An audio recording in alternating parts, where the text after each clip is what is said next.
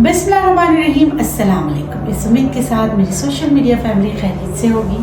मैं हूं naturopath doctor Bilkis. आज हम बात करेंगे एक्नी स्कार्स, इनके एक्नी के जो घड़े पड़ जाते हैं या चोट के निशान की वजह से कहीं कट लग जाए या स्टिचेस की वजह से घड़े बन जाए या फिर स्ट्रेच मार्क्स होते हैं। जैसे आप इचिंग वगैरह करते हो तो स्ट्रेच मार्क्स जो हो जाते हैं या प्रेगनेंसी के बाद जो स्ट्रेच मार्क्स हो जाते हैं उसको आप घर पे कैसे ट्रीट कर सकते हैं, उसके लिए बेहतरीन रेमेडी। तो चलिए वज़ायत किए बगैर सीखते हैं। सबसे पहले हम इस्तेमाल करेंगे इसमें सफ़ेद मौसली। जितनी भी चीज़ें बताऊंगी सब हम वज़न है। सफ़ेद मौसली स्किन के लिए बहुत ज़बरदस्त है, हाइड्रेट करता है और जो है सर्कुलेशन ऑफ ब्लड को बहुत अच्छा करता है और उसके अलावा स्किन को सॉफ्ट करने में आपकी मदद करता है, जिससे आपके रिंकल्स भी गायब हो जाते हैं। ठीक है, ये मैं नहीं कह रही, ये रिसर्च कह रही। बादाम से तो आप वाकिफ हैं, विटामिन ई इसमें होता है, एंटीऑक्सीडेंट है और ये स्किन सेल्स के लिए बेहतरीन है। ग्लोई शाइनी स्किन के लिए सदियों से बादाम इस्तेमाल हो रहा है। बर्ड्स की जो है ज़ाफ़रान की छोटी बहन, ये जो है वैसे तो इसके बहुत सारे बेनिफिट्स है। ये एक्नी स्कार्स के अलावा आपकी झाइयों को भी ख़त्म करने में आपकी मदद करता है। सही, ये भी हम वज़न इसमें जाएगा। इस गोंद कतीरा आपकी इन्फ्लेमेशन को ख़त्म करता है, हाइड्रेट करता है और जब आपकी स्किन झुलसी हुई होती है ना उसको भी सही करने में आपकी मदद करता है। और बहुत पुराने वक्तों से ख़वातीन जो है अपने बहुत सारे अमराज के अलावा स्किन पे भी इसका भिगोकर इसका पानी इस्तेमाल करती हैं। 4 ग्राम बाकला, वैसे तो ये खाने के लिए भी बहुत बेनिफिशियल है, लेकिन ये बॉइल्स यानी कि जो पस वाले दाने हो जाते हैं उसके लिए अच्छा है, रैशेस के लिए बहुत अच्छा है। बहुत सारे उपटन में आपको ये नज़र आएगा। ये इन्फेक्शन को ख़त्म करता है, ये आपकी स्किन को नरिश करता है। ये भी हम इसमें डालेंगे।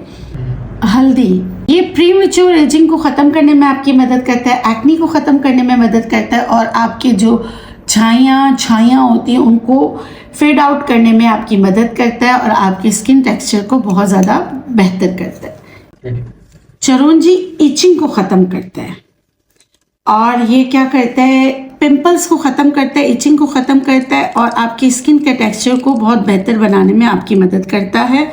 इसके अलावा इसमें हम डालेंगे नीम के पत्ते सुखाकर हम इसमें शामिल करेंगे।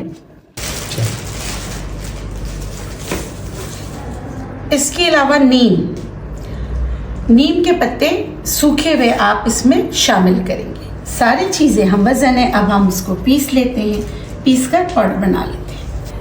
पीसने के बाद ये शक्ल आ जाती है। ठीक है, आप हस्बे ज़रूरत आपने लेना है पाउडर। इसको आपने रोज़ वाटर के साथ मिक्स कर लेना है। ठीक है,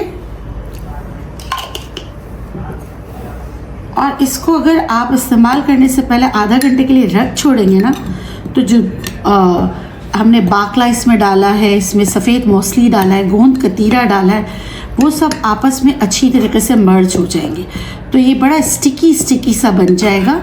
फिर इसको लेके देखिए, अभी भी मैं कर रही हूँ ना तो देखिए गिर नहीं रहा है। ये देखिए, अब ये क्या करेगा, आपकी स्कार वाली जगह की सर्कुलेशन ऑफ ब्लड को बहुत अच्छा करके स्कारिंग को मिनिमाइज़ करने में आपकी मदद करेगा। लगाने का तरीका बहुत आसान है। मैं इसको चाहूँगी कि आप आधा घंटे के लिए रख दें। मैं चाहूँगी क्या, सही ना, देखो कितना अच्छा बन गया है ना।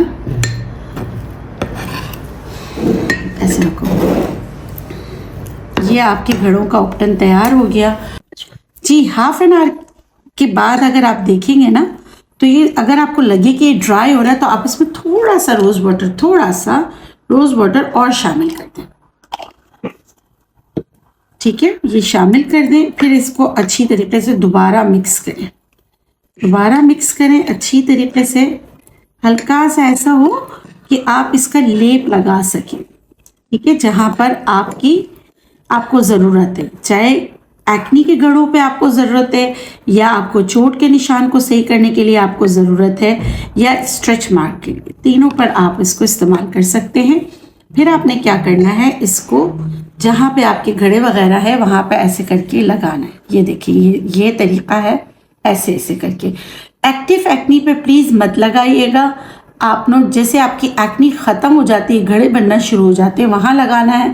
अगर आपको लगता है कि पूरे चेहरे पे हैं तो आप इसका लेप आराम से पूरे चेहरे पर भी कर सकते हैं, इसका कोई साइड इफ़ेक्ट नहीं है। हफ्ते में 3 दफ़ा, एक दिन छोड़कर भी आप लगा सकते हैं। हाँ, जब ये सूख जाए तो आपने थोड़ा सा रोज़ वाटर शामिल करके क्लॉकवाइज और एंटी क्लॉकवाइज आपने जो है इसको इस मूवमेंट के साथ ना आपने इस तरह करके 10 से 15 मिनट के लिए मसाज करना है। रगड़ना नहीं है, बहुत जेंटल मसाज करना है। उसके बाद ठंडे पानी से चेहरे को साफ कर लेना है। अगर आपको लगे कि आपकी स्किन को हाइड्रेशन की ज़रूरत है तो आप कोई भी मॉइस्चराइज़र या एलोवेरा जेल यूज़ कर सकते हैं। और अगर आप हफ्ते में 3 दिन करना चाहिए, इतना माइल्ड है, इसमें कोई ऐसा नहीं है कि आपको लगे कि कोई स्क्रबिंग हो रही है। आप हफ्ते में 3 बार भी करना चाहें कर सकते हैं, एक दिन छोड़कर, तो इसके आपको बहुत अच्छे रिजल्ट मिलेंगे। अब लगाना कितना है, हाफ एन आवर के लिए छोड़ दें।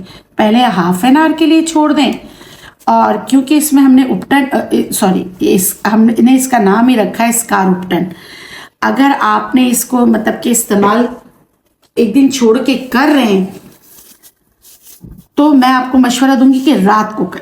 बेस्ट टाइम लगाने का क्या है, रात को लगाएं। चेहरे को धोने के बाद अगर आप कोई मॉइस्चराइज़र लगाते हैं, मॉइस्चराइज़र लगाकर आप सो जाएं तो आप देखेंगे स्लो एंड ग्रेजुअली आपकी स्किन टेक्सचर बहुत बेहतर हो जाएगी इंशाल्लाह। और उपटन की जो मैंने आपको रेमेडी बताई है ना, वो नेचुरलाइज में आपको बनी बनाई भी मिल जाती है, कस्टमाइज हम आपको बना के देते हैं। अगर आप हमसे बनवाना चाहते हैं तो बना सकते, नहीं तो ईमानदारी से पूरी जो है ना मैंने आपको बनाना बता दिया, आप बनाकर इस्तेमाल कर सकते हैं। कैसी लगी आपको रेमेडी, इस उम्मीद के साथ कि ये रेमेडी आपकी हेल्प करेगी। मुझे दीजिए इजाज़त। जाते जाते आपसे रिक्वेस्ट है, अगर आपको लगता है कि मेरी वीडियोस आपके लिए मुफीद हैं, फ़ायदेमंद है, तो प्लीज़ मेरे चैनल को सब्सक्राइब कीजिए। और अगर आपको लगता है कि ये रेमेडी किसी की हेल्प कर सकती है तो उनके साथ शेयर भी कीजिए। जाते जाते आप लोगों के लिए ढेरों दुआएं। खुश रहें, शाद रहें, आबाद रहें। अल्लाह गफूर रहीम आपको औलाद के गम से महफूज रखे। आमीन या रब्बुल आलमीन। अल्लाह निगहबान। अल्लाह हाफ़िज़।